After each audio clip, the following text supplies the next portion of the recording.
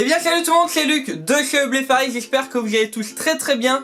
Pour ma part, la forme. Aujourd'hui les amis, nous nous retrouvons pour la vidéo numéro 5 de la semaine découverte. Après avoir parlé de nombreuses espèces, aujourd'hui nous allons parler des phasmes. Les phasmes que nous pouvons trouver dans le monde entier. Certains d'entre vous en ont peut-être déjà eu quand ils étaient jeunes. Aujourd'hui je vais vous présenter différents phasmes. Des phasmes feuilles, des phasmes bâtons, des phasmes même qui vont ressembler à de l'écorce. Je vais découper la vidéo en 3 parties. Une première partie où je vais vous les montrer, voilà, je vais vous les montrer, je vais vous donner les commentaires.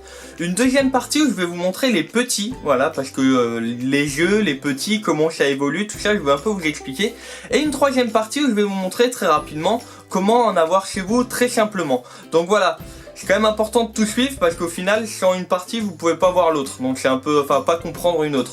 Donc voilà, moi ce que je vous propose, c'est que on se retrouve tout de suite de l'autre côté de la caméra à regarder les animaux. Donc voilà les amis, mon installation. Donc comme dit, on se retrouve de l'autre côté de la caméra.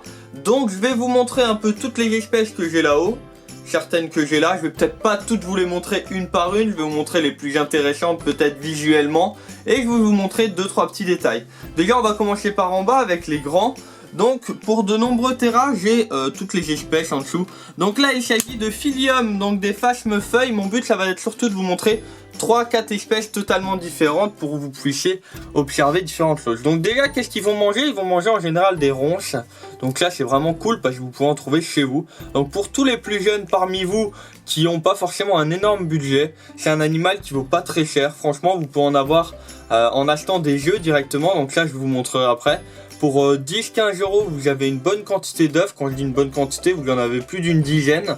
Vous les incubez à la maison, tout ça je vous montre après. Et question nourrissage, ça vous demande juste des ronces. Un terrarium à voir, vous pouvez même utiliser des boîtes en plastique. Mais tout ça je vous en parle après. Donc là vous avez un mâle. Donc le mâle est beaucoup plus petit. Donc vous voyez comme quoi j'aime bien. Voilà, donc là vous avez un mâle. Donc vous voyez qu'il a même des gels. Alors c'est assez complexe à voir. Mais surtout il est beaucoup plus fin et il est capable de voler, d'accord? Voilà, donc là je vais essayer de vous montrer le plus proprement possible. Et ensuite je vais vous montrer une femelle. Hop. Et voici une femelle, donc déjà beaucoup plus imposante. Voilà. Et donc on voit bien le dimorphisme sexuel au niveau du mâle et de la femelle. Donc mâle et femelle. Là vous avez les deux. Donc maintenant les amis, l'Heteropteris dilatata, donc lui il ressemble un peu plus à de l'écorce. Donc je vais le mettre, alors je vais même pas voir si on en a dessus. Voilà, donc vous en avez un là en bas. Donc pareil, une espèce donc qui est assez jolie. Donc je vais essayer de vous montrer à ce niveau là. Voilà. Donc là vous avez la tête d'une femelle adulte, la tête d'un mâle adulte, donc vous voyez que c'est pas du tout pareil, et un œuf. Vous voyez que ça ressemble à une graine au final. Hein. Et donc là ils sont encore tout jeunes. Vous voyez que là il y en a également. Donc là quand ils sont petits, pour voir la différence entre mâle et femelle, il faut regarder au niveau de l'arrière. Vous voyez là ça fait un pic. Voilà à ce niveau là. Et les mâles en fait ça va faire quelque chose de beaucoup plus plat. Vous le voyez à ce niveau là. Vous voyez que ça fait moins un pic. Ça fait l'autre, ça fait vraiment un pic. Et en fait c'est tout simplement car quand ils vont pondre dans le sol. Donc la femelle a besoin de ce fameux pic, je vous explique vraiment avec des mots simples, hein, pour pouvoir aller dans la terre et pondre. Si vous entendez des animaux, là c'est des lézards. Donc c'est les lézards qu'il y a avec les grenouilles, mais tout ça je vous en parlerai. Donc voilà pour une deuxième espèce. En troisième espèce, j'avais envie de vous parler des Marmesoida rosea. Donc c'est une espèce qui va être assez dure à filmer pour vous. Donc là il y en a une. Donc c'est une magnifique espèce, d'accord. Je vous mettrai un clip vidéo de cette espèce car elle a des gels roses. Donc là elle va manger, donc c'est du phasme plutôt branche, hein, d'accord. Donc là ils vont manger plutôt tout ce qui est laurier, vous voyez, du laurier. Et vous voyez, ben, par exemple ça c'est un mâle. Et si vous cherchez une femelle, j'en ai une qui est magnifique, juste ici.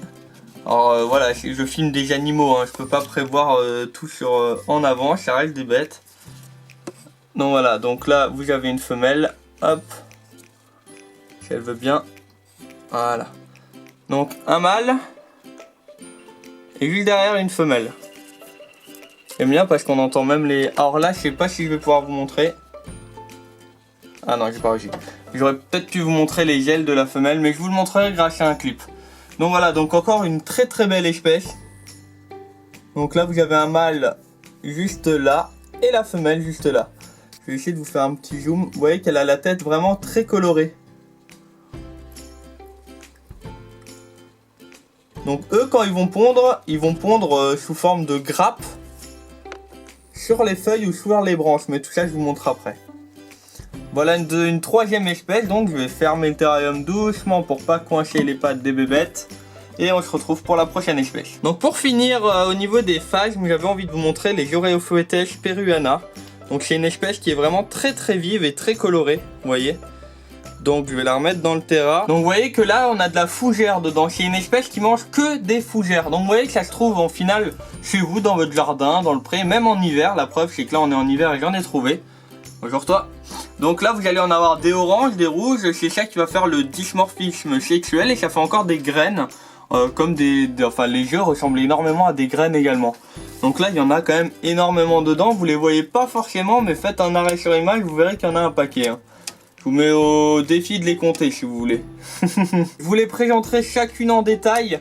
Mais là c'est vraiment l'objectif de vous présenter ce qu'on peut voir parmi les phasmes, mais surtout parmi ce que j'ai. Maintenant je retrouve pour parler des nymphes et des jeux de ces phasmes. Donc déjà nous allons parler des jeux. Donc comme je vous l'ai dit avant, ils font des jeux qui ressemblent à des graines. Donc j'ai vraiment du mal à vous les montrer. Mais voilà un exemple.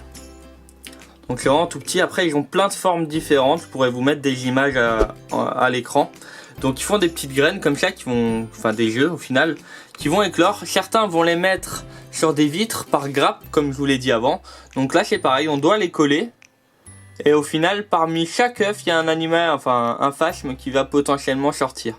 Donc vous voyez que ça en fait quand même un petit paquet. Maintenant je vais vous montrer les nymphes. Les nymphes c'est-à-dire les bébés phasmes. Donc voilà les amis, donc voici des bébés phasmes feuilles. Donc vous voyez que c'est vraiment tout petit. Donc là il y en a déjà un petit paquet.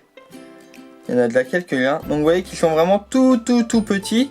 Ils sont en stade L2, L3. Donc je vais vous montrer ce que ça veut dire. Donc en fait les stades L2, L3, en fait ça va être des stades au niveau de la croissance de l'animal. Si vous voulez, tous les petits là, tous les petits que vous voyez par exemple là, ils vont muer. C'est-à-dire qu'ils vont changer de peau. Un simple exemple, c'est comme si nous, on avait sur notre... hop, il y en a un autre là. Comme si nous, on avait des vêtements et que dès qu'on grandit, on change de vêtements. Bah eux, c'est pareil. Ils vont changer de peau. Entre un petit comme celui-ci, par exemple, qui est de stade L1, L2, et un adulte, il va y avoir entre 5 et 7 stades. En général, il y en a 7. Et dès qu'il va muer, on va passer à un autre stade. L1, L2, L3, L4, L5, L6, L7. Un L7 est prêt donc à se reproduire et à faire à nouveau des petits. Donc si on fait un cycle complet, vous avez l'adulte qui va faire des jeux, qui va donner des petites nymphes, qui vont faire une croissance et qui au final vont être nouveaux adultes, etc. etc. Il y a plein de choses sur le phasme à savoir. J'ai fait une vidéo, le phasme pour les débutants. Je vous mettrai le lien à la fin de cette vidéo afin que vous puissiez aller jeter un petit coup d'œil. Donc comme vous pouvez voir, moi j'ai tout simplement des boîtes en plastique. Donc quand ils sont petits, il le faut. Pourquoi? Parce que quand ils sont petits, ils sont un peu bébêtes. Ils vont pas comprendre. Si vous les mettez dans un endroit comme là, ils sont trop petits pour trouver la nourriture. Donc il leur faut un petit milieu. Comme ça il y a beaucoup de nourriture, vous voyez que c'est blindé. Et pas mal d'humidité, donc faire attention toujours à l'humidité, à ce qu'elle soit bien passive, elle reste pas trop longtemps. Là elle reste en général chez moi une demi-heure, 1 heure. Donc vous voyez, comme ça ils vont bien manger et bien grandir. Et une fois qu'ils sont un peu plus grands, on les passe dans des terrariums, donc de ce style. Vous pouvez également utiliser des grands bacs en plastique, d'accord, ou faire encore une fois des choses vous-même de ce style là. Par exemple, un exemple de quelque chose qui a été fait en bois pour du phasme. Donc moi dedans je mets encore plein de petits parce que j'en ai plein, hein, je veux dire voilà. Ça c'en est d'autres que vous voyez dedans, vous voyez.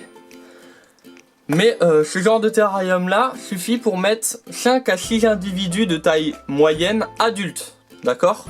Donc vous voyez que c'est du 30 par 30 et ça coûte pas très cher. Donc voilà, donc je vous ferai encore une vidéo pour le phasme, l'installation complète pour un phasme. Comme ça vous allez vraiment pouvoir si vous le souhaitez en avoir chez vous, vous donner les tarifs. Là mon but c'est pas de vous donner des prix parce que chaque bête a un prix différent, enfin c'est assez complexe, mais c'était surtout pour vous présenter les différentes bêtes qu'on peut trouver, d'accord, parce qu'il y en a plein. Je vous ai pas encore tout montré, l'objectif c'est quand même de vous préparer des vidéos pour la suite. Donc voilà. Et ben voilà les amis, j'espère vraiment que cette vidéo vous aura plu. Si elle vous a plu comme d'habitude, n'oubliez pas le pouce bleu. Vous pouvez également partager cette vidéo. Demain nous nous retrouvons pour la vidéo de la semaine découverte numéro 6. Donc la vidéo numéro 6 sur le python. Donc le python, un serpent. Tout ça je vais vous montrer demain, donc je vous donne rendez-vous demain à 20 h. Si cette vidéo vous a plu, vous pouvez également me suivre sur YouTube en vous abonnant juste à ma droite. Et également regarder ma toute dernière vidéo en cliquant juste à ma gauche. Sur ce, moi je vous souhaite à toutes et à tous une très bonne journée, ou une très bonne soirée, une bonne semaine ou un bon week-end. Prenez soin de vous, prenez soin de vos proches, prenez soin de tous vos animaux. C'était Luc de chez Blueface. Ciao tout le monde.